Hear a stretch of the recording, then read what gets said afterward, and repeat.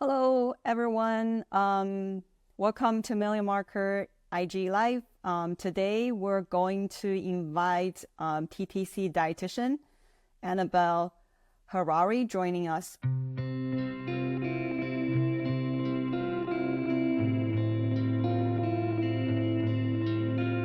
Oh, here you Hi, are. That's so smooth. Hi, Annabelle. how are you? Good, good. How are you? Good. I feel like Instagram Live is always so nerve-wracking. I feel exactly the same. I was always just worried about some technical difficulties. So I Yeah, didn't even start exactly. introducing you yet. So this is the Oh, time okay. is perfect. Um, Perfect. so for everybody who's joining new, my name is Jenna. I'm the founder and CEO of Million Marker. At Million Marker, we're dedicated to helping people make healthier choices, so then they can improve their chances of conception.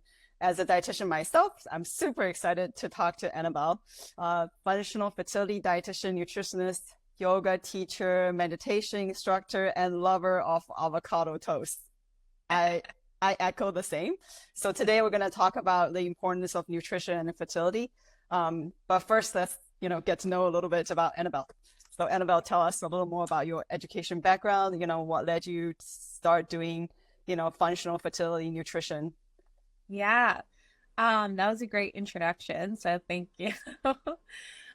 So my background, let's see. I actually started my career working in urban farming and public policy. So I was doing policy work for many years, working on anti-hunger campaigns, and really saw the impact of how food was impacting people's health and environment. And so I went back for my master's degree in nutrition to really understand the science of how food affects people's health. And through that process, I was able to do an internship with another functional dietitian who focused on fertility. And at that point, I had never heard of nutrition for fertility. I didn't know it was a thing, but it really sparked my interest. And during that time, I was also kind of in the process of thinking to start a family and working through some of my own health issues. So it just became this passion, and I knew that I wanted to help just empower more women to understand more about their health and fertility, and that there was a lot that they could do. It wasn't this passive thing that if people were struggling, that there was no options for them. That is kind of how I got into this field. I don't know if that answered your question. Yes, yes. And then we love this active approach, something you can do about it. And then, Totally. nutrition is definitely in your control. You mentioned in the past you experienced your own digestive problems and fertility issues. So what made you realize there's a, connection between the two? Yeah, again, during this internship time, I really learned a lot. And I had been experiencing digestive issues for a long time. There was a time in college where I didn't have a period for like a year. I was a competitive dancer. I didn't know what I didn't know. I didn't know that it was important to have a regular cycle, that it was a reflection of your hormone health. And so I had like these things happening in the background, but I think like many women or just many people in general, you start to feel like it's normal because you don't know any other way. And so I was living this life of like, oh, this is normal when really it just wasn't. So I worked with this dietitian who, really helped me with like a gut protocol. We did some things, a lot of preconception health work before I even started trying. And so that is kind of how I just helped heal myself. And I use a lot of those same principles with my clients today. This is so cool. We're gonna get into that, like how you Yeah. work with your client, because I think a lot of people will be interested in hearing that. So why is a healthy diet important for conception? Yeah.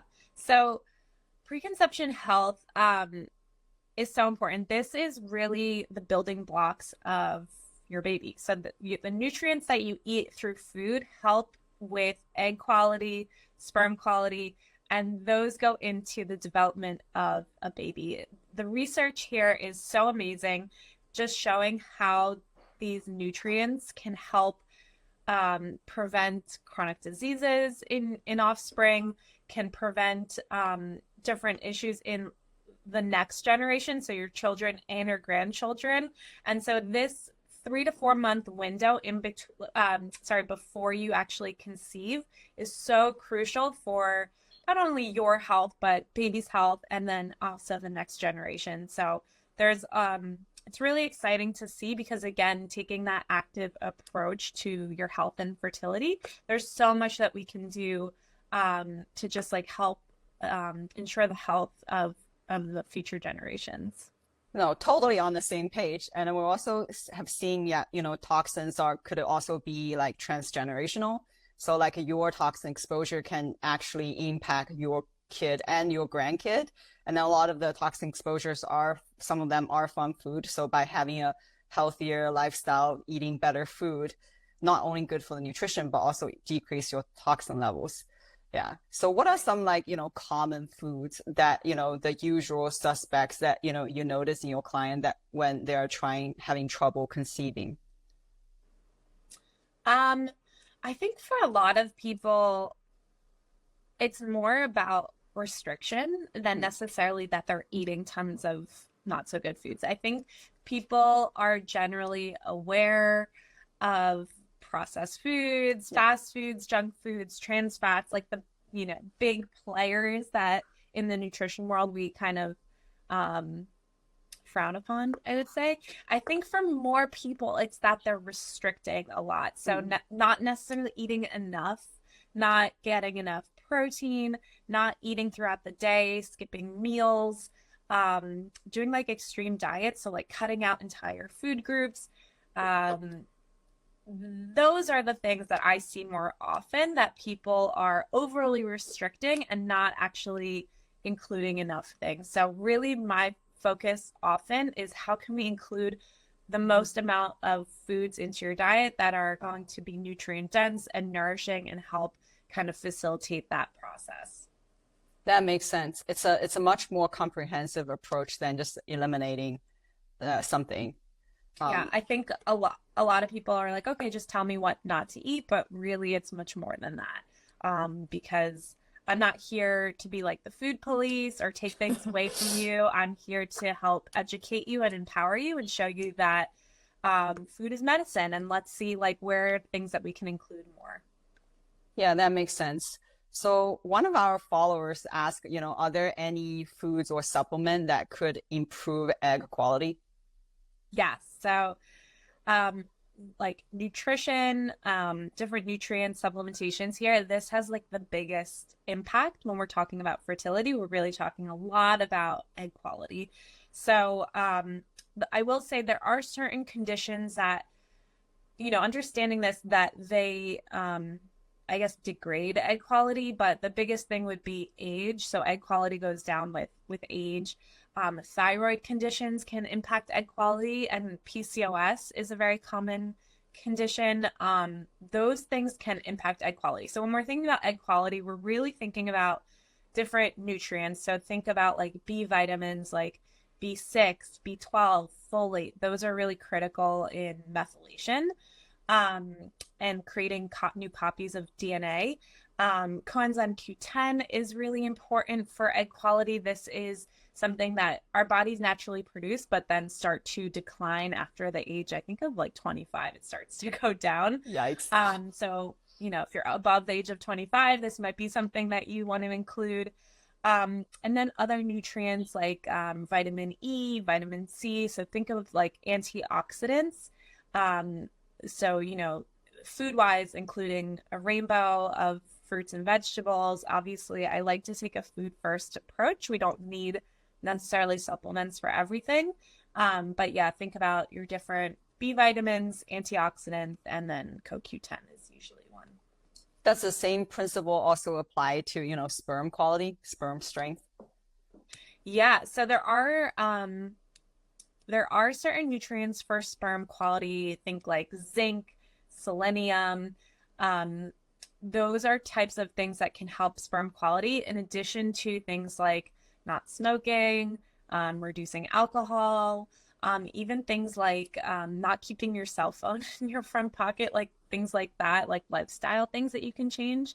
I know there's like sperm quality over the last 100 years has declined across the board, and I think a lot of that is actually due to like environmental exposures, as I'm sure you know.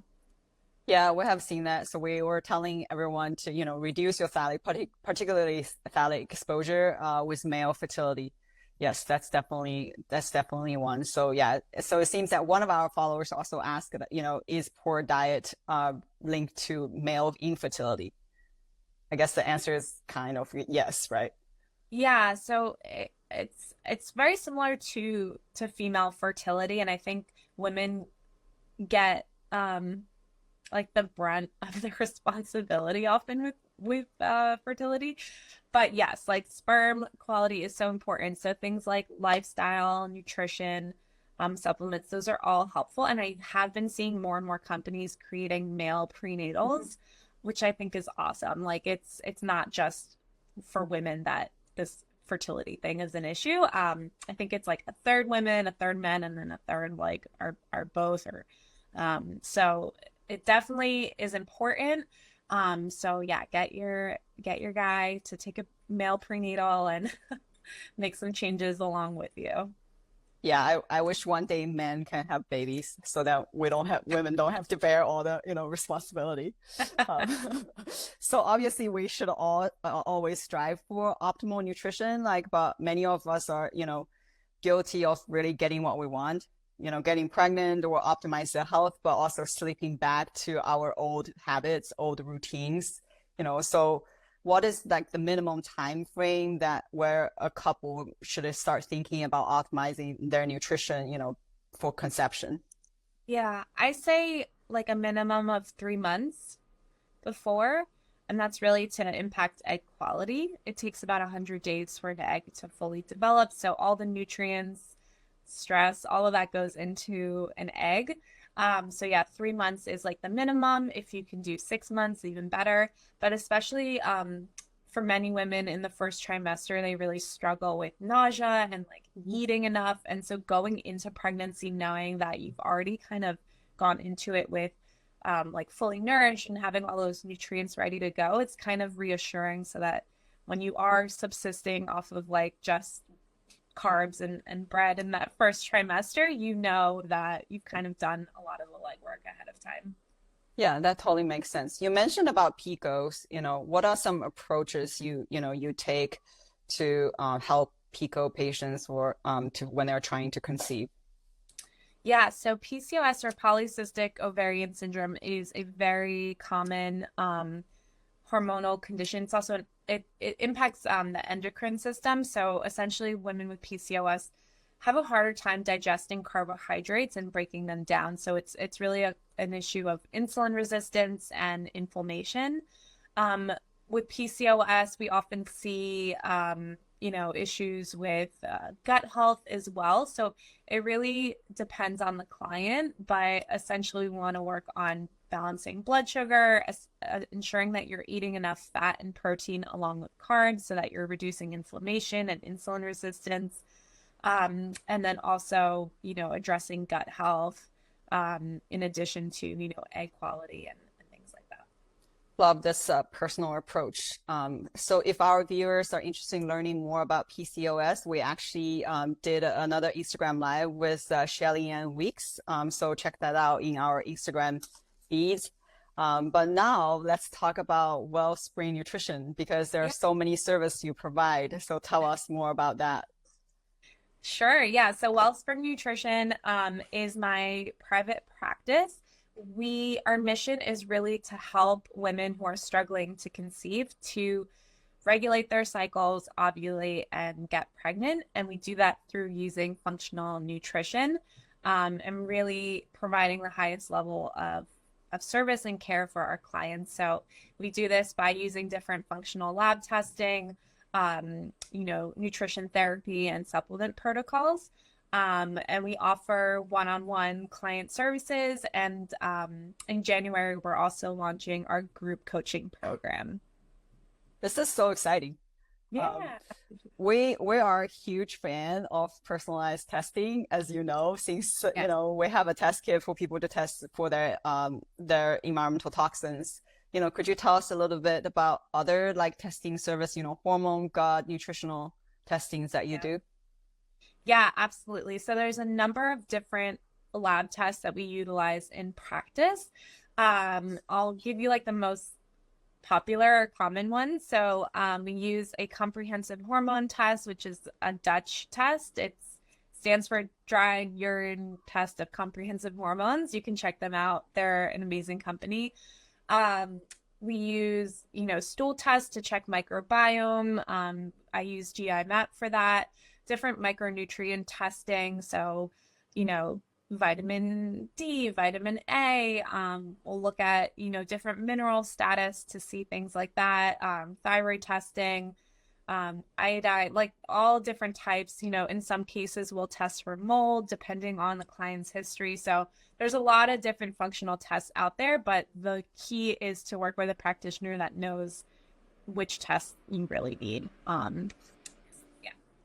But it's also like so hard for individuals to interpret this data, right? Like, because Yes. I know the Dutch test is like super comprehensive and they even break down of all the like molecular pathways of these Mhm. hormones.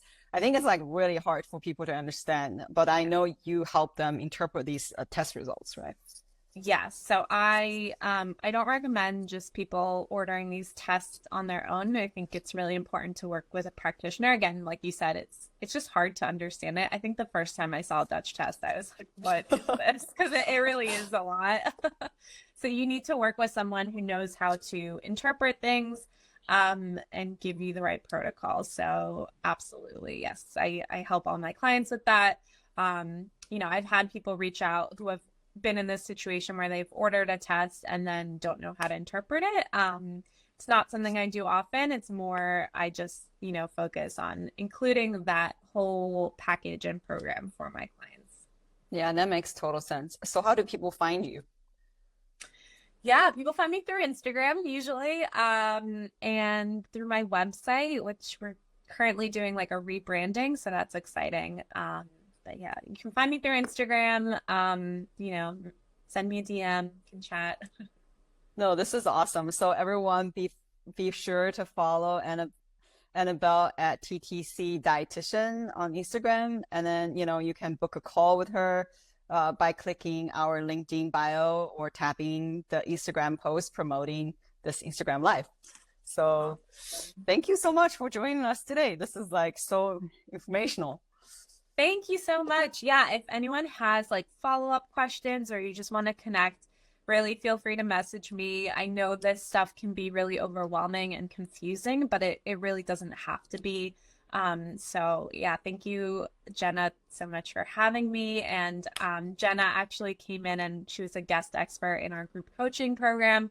And we do have a whole module on environmental toxins and how that impacts fertility because it is so key, so important. So thank you for the work that you do. Thank you. See you next time then. All right, bye. Okay, bye. Thank you everyone for joining.